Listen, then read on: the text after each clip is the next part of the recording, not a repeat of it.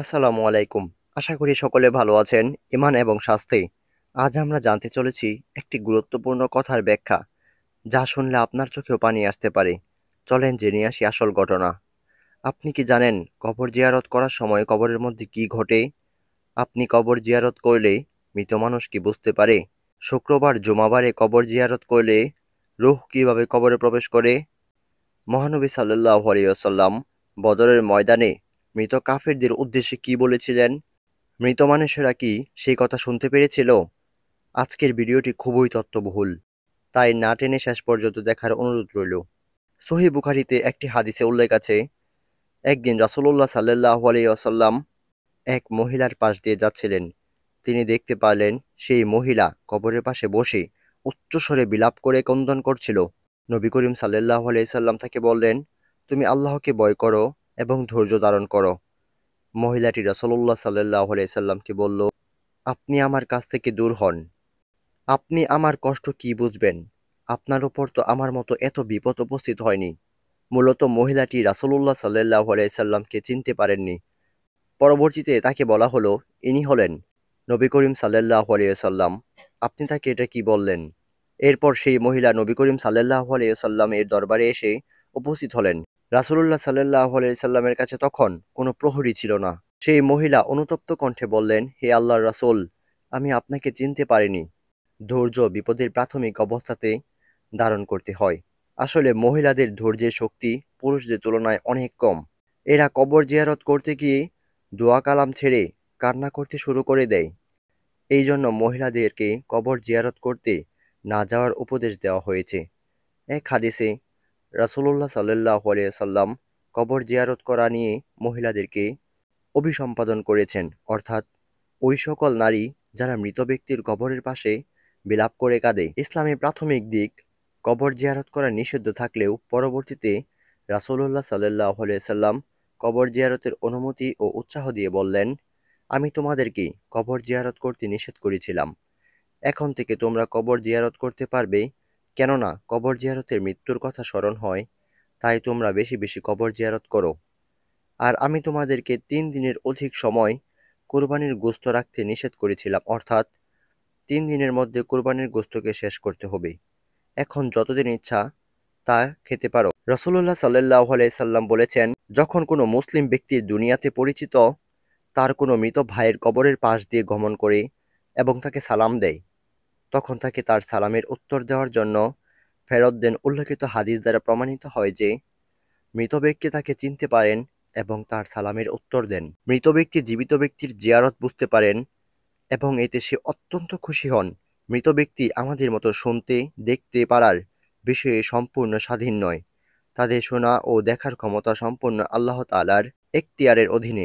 আল্লাহ তাআলা যদি দুনিয়ার কোনো কথা বা দৃশ্য দেখাতে বা শোনাতে চান, তবে তারা ততটুকু শুনতে ও দেখতে পারেন যতটুকু আল্লাহ তাআলার ইচ্ছা, জেলখানায় আবদ্ধ প্রহরীর মতো বা আসামির মতো। সহিহ বুখারী ও মুসলিম সহ অসংখ্য হাদিসে বর্ণিত, মুসলমান এক রাতে বদরের কূপের পাশে আওয়াজ শুনল।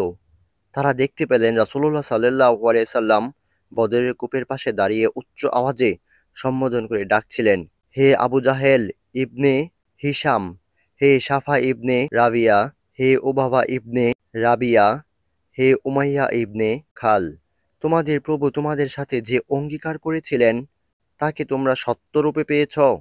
আমার রব আমার সাথে যে ওয়াদা করেছিলেন আমরা তা সত্যরূপে পেয়েছি, আলহামদুলিল্লাহ। সাহাবীগণ বললেন, ইয়া রাসূলুল্লাহ সাল্লাল্লাহু আলাইহি ওয়াসাল্লাম, আপনি তো এমন লোকদের ডাকছেন যারা মারা গিয়েছে, আপনার কথা তারা শুনতে সক্ষম নয়।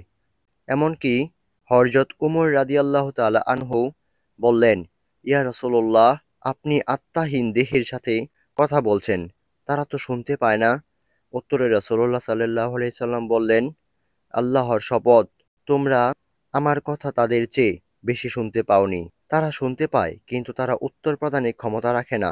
রাসূলুল্লাহ সাল্লাল্লাহু আলাইহি সাল্লাম বললেন, যে ব্যক্তি প্রতি জুমায় তার মা-বাবা অথবা তাদের একজনের কবর জিয়ারত করবে তাকে ক্ষমা করে দেওয়া হয় এবং তাকে বাবা-মার সঙ্গে সৎ ব্যবহারকারীদের মধ্যে গণ্য করা হয়।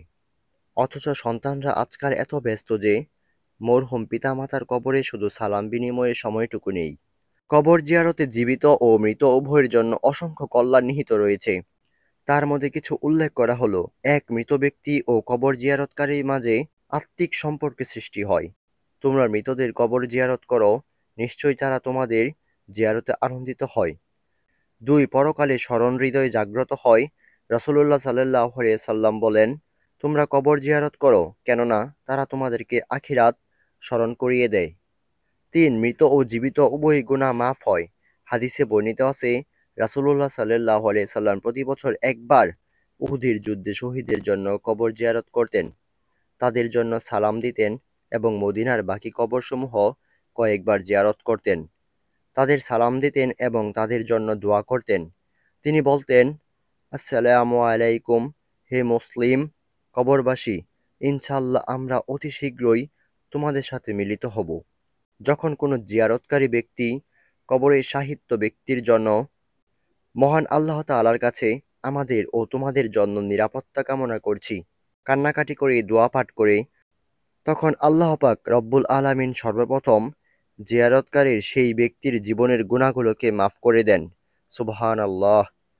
নবী করিম সাল্লাল্লাহু আলাইহি ওয়াসাল্লাম কবর জিয়ারতের এই তরিকায় বলেছেন, কেউ যখন কবরস্থানে যায়, কবরবাসীদের সে যেন এই বলে সালাম দেয়, আসসালামু আলাইকুম ইয়া হালাল কবর, ইয়াগফিরুল্লাহু লানা ওয়া লাইকুম, আনতুম সালাফুনা ওয়া নাহনু বিল আসার। এর অর্থ, হে কবরবাসী, তোমাদের উপর শান্তি বর্ষিত হোক, আল্লাহ আমাদের ও তোমাদের ক্ষমা করুক, তোমরা আমাদের আগে কবরে গিয়েছ এবং আমরা পরে আসছি। সুনাহে তিরমিজি, হাদিস নাম্বার 1053। এরপর কবরবাসীদের জন্য মাগফিরাতের দোয়া করবে এবং কিছু আয়াতে কালিমা ও দোয়া দরুদ পাঠ করবে, তাদের নামে ইসলাহে সওয়াব করবে। অতঃপর কবরের দিকে পিঠ দিয়ে কেবলামুখী হয়ে বা কবরমুখী হয়ে দোয়া করতে কোনো অসুবিধা নেই।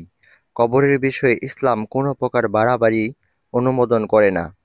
সুতরাং কবরকে অসম্মান যেমন নিষেধ, তেমনি সম্মানের সীমা অতিক্রম করাও নিষেধ। কবরে বাতি জ্বালানোর বিষয়ে নবী করিম সাল্লাল্লাহু আলাইহি সাল্লাম শুধু নিষেধ করেননি, বরং এই কাজ যারা করে তাদেরকে লানত করেছেন। হযরত আব্দুল্লাহ ইবনে আব্বাস রাদিয়াল্লাহু তাআলা আনহু থেকে বর্ণিত, হুজুর পাক সাল্লাল্লাহু আলাইহি সাল্লাম লানত করেছেন ওই সকল নারীর উপর যারা কবরে যায় এবং কবরে বাতি জ্বালায়। সাবধান, ভুলেও মৃত ব্যক্তির নিকট হতে কখনো প্রার্থনা সাহায্য করবেন না, এরূপ করা শিরকে আকবর। যদিও কবরের সহিত কোনো ব্যক্তি নবী অথবা অলি হন না কেন, পিতামাতা আত্মীয়-স্বজন কবরে জিয়ারত করা না হলেও দূর থেকে হলেও তাদের জন্য ইসলামের সওয়াব ও দোয়া করা খুবই প্রয়োজন, কেননা তারা খুবই অসহায়, খুবই নিরুপায়।